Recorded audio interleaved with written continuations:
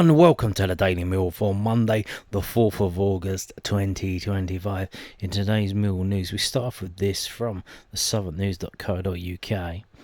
Mill boss encouraged by attacking performance of final pre-season friendly. I think we all were encouraged, weren't we? It's very good. Alex Neil was encouraged by Mill's attacking threat in their final pre-season friendly against Estoril on August the 2nd, 2025.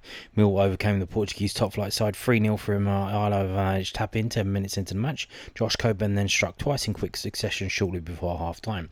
The win took the Lions' pre-season goal tally to 18 in 7 friendlies. Wow! An encouraging figure given they sometimes struggled in front of goal last season. Mill scored 47 times in 46 championship games in a 24-25 campaign, the 4th fewest in the division. Neil praised his side's forward line ahead of their season opener away at Norwich City on August the 9th. I think that's always the balance being the Millwall manager, Neil said following the Lions' win over Estoril. It's the fact that Millwall has always been built on really solid defence for a number of years. And the issue has always been how many goals can we get? And you don't want to start adding a lot of goals, but then conceding a lot of goals as well. We've had quite a few pre-season games where we've had a clean sheet, which is pleasing. I think some of the goals that we've conceded are a bit disappointing. Maybe set plays, throw-ins and things like that. But I think the most important thing for us is you want to look a threat, and I thought today we looked at a real threat. I thought the first half in particular, we could have scored quite a lot, and some of the goals we did score were excellent. It was really pleasing. Mill's most recent signing, Alfie Doughty, started a left-back at the weekend and delivered a number of dangerous crosses. The 25-year-old led Luton Town in chances created and expected assists last season and will look to provide Ivanovic and Coburn with a steady stream of balls into the box. If you're going to have two good targets, you need good crosses off the ball. Halfie has got a terrific left foot, and I thought his quality there was excellent. I thought across the pitch, really, I thought the strikers carried a threat. They linked the game well, and I thought the midfield players were busy, and they were snapping at the tackles and turning the ball over. And I thought the defence was solid too, so in every capacity, we did what we were set out to do. Indeed. And I will say, in the pre-season games, when it has kind of got a bit bandy, it's been when they took the players off and brought on like the under 21s and other players, fringe players. So I think the best, like the starting 11, the team that we saw start against Estoril, I mean that was pretty solid, wasn't it? Pretty solid. So there you go. Now, moving on to this, again from the Southern News, of course, who else is going to be there? The only game in town now, .co.uk, go and check them out. More from Alex Neil, obviously talking about the game next week. It starts for real. Pre-season is over, the friendlies are over. The real business starts right here, right now. We are confident but cautious. Alex Neil outlined season expectations ahead of Mill's season opener. Alex Neil outlined his expectations for the upcoming campaign ahead of Mill's season opener away at Norwich City on Saturday, August the 9th.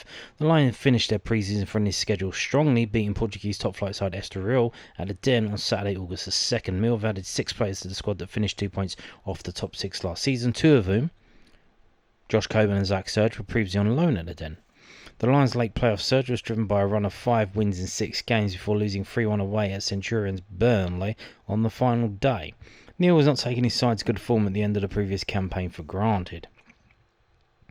Our hope and expectations for the season is to try and improve. If that means we finish above where we finished last year, then great. I think we want our team to improve in terms of how we play. We want our players to improve, and we obviously want to try and pick up some more points than we did last year. But every year is different in the Championship. I've been in the Championship now for about 10 years.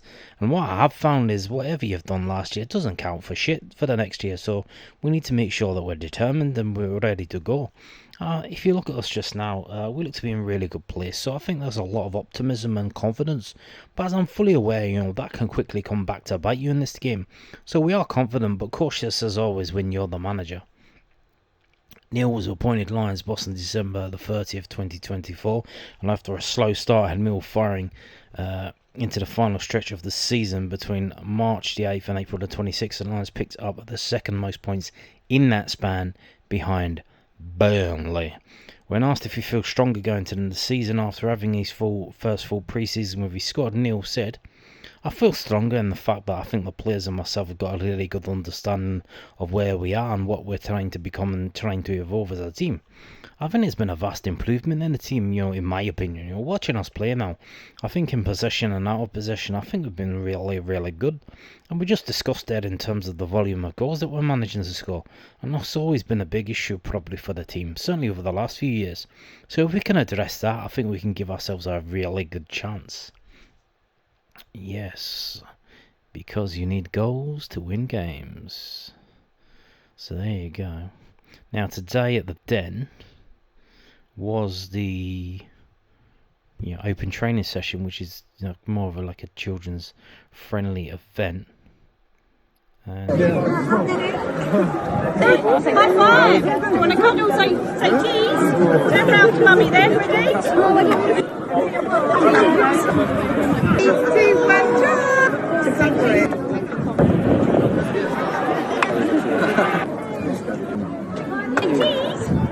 So you're right. Say welcome to the Den.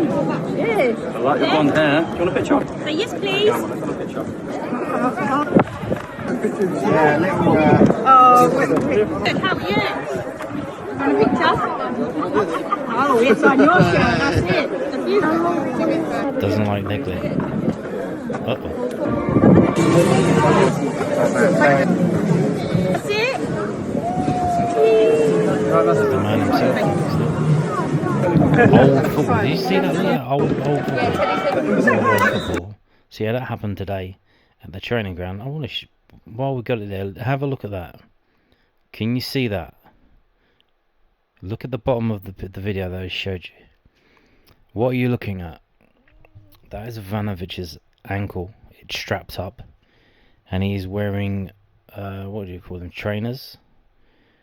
Apparently, I didn't go down today. Obviously, it's a kids' event, really, and the kids get on my nerves, to be honest. Quite frankly, some kids, some are very well behaved, but Ivanovic's ankle was strapped up, and he didn't train today. He did not train today. Now, obviously, that's just a precaution, but again, not the best of things. Like I just said before, it's looking like our first 11 is really, really good. And, once we start losing them players, in terms of if they get injured or if they get a red card, that kind of thing, it's going to be a bit shaking. It's going to be a bit of a downgrade when you bring in replacements to replace them. So in terms of if Ivanovic doesn't start, I'm sure he'll go one up front. But if he wanted to go two up front and play with Langstaff, I mean, that's a massive downgrade, Ivanovic to Langstaff. So, fingers crossed for the weekend. Fingers crossed. Got some more pictures here. And apparently, there is a competition on here. If you go to, is it Zampa the Lion or Bellina? I'm not sure which account it's on. They're giving out so the mascot, the shirt, obviously it has to change each year. So they give them a shirt to wear, like a 5XL, I guess that's why it's always sold out. And the one that Zampa the Lion was wearing last season, he's got signed by the team, and he's offering it as a prize. If you go to the account on Twitter and you put up the photograph of you at this thing, and then they'll pick one of the people to win it. So, if you were down there, put your picture in, and you could get the Zampa kit from last season, which I believe has the number 85 on the back. So there you go. There's pictures from the training session today. Now, moving on to this again, even though I covered it yesterday. Did I cover it yesterday? I think I did. More transfer done deals, because even late into the pre-season, less than a week before the season starts, we've got movement in the Championship. Some quite big names. One that we were linked with, a right back, Callum Britton. He's gone from Blackburn to Middlesbrough. Swansea City have loaned in Caelan Casey from West Ham United. What else have we got? We've got Blackburn signing Lewis Miller from Hibernian, and Sheffield United have brought in Jabril Sumar from Braga on loan. And this is a weird one. Ryan Porteous. Watford have sold him to Los Angeles FC for £752,000. Obviously, we know that number because the MLS is all open accounting. It's all published by... It's a very weird system over there that they have. That the league basically runs the contracts of all the players and all the teams. It's very weird. Franchise system is just bizarre. I don't know why they do it. It's supposedly the land of the free, but you're allowed to run a sporting cartel. C'est la vie. But yeah, Ryan Porteous, a player that we were linked with, didn't end up getting him. Went to Watford instead, and now he's going for, a modest amount, really, to Los Angeles in the MLS, which is kind of weird. Again, are Watford... Are they in trouble? Do they need the money? Is it a case of trying to balance the books? I don't know, but it is interesting. So there you go. More transfer deals being done. And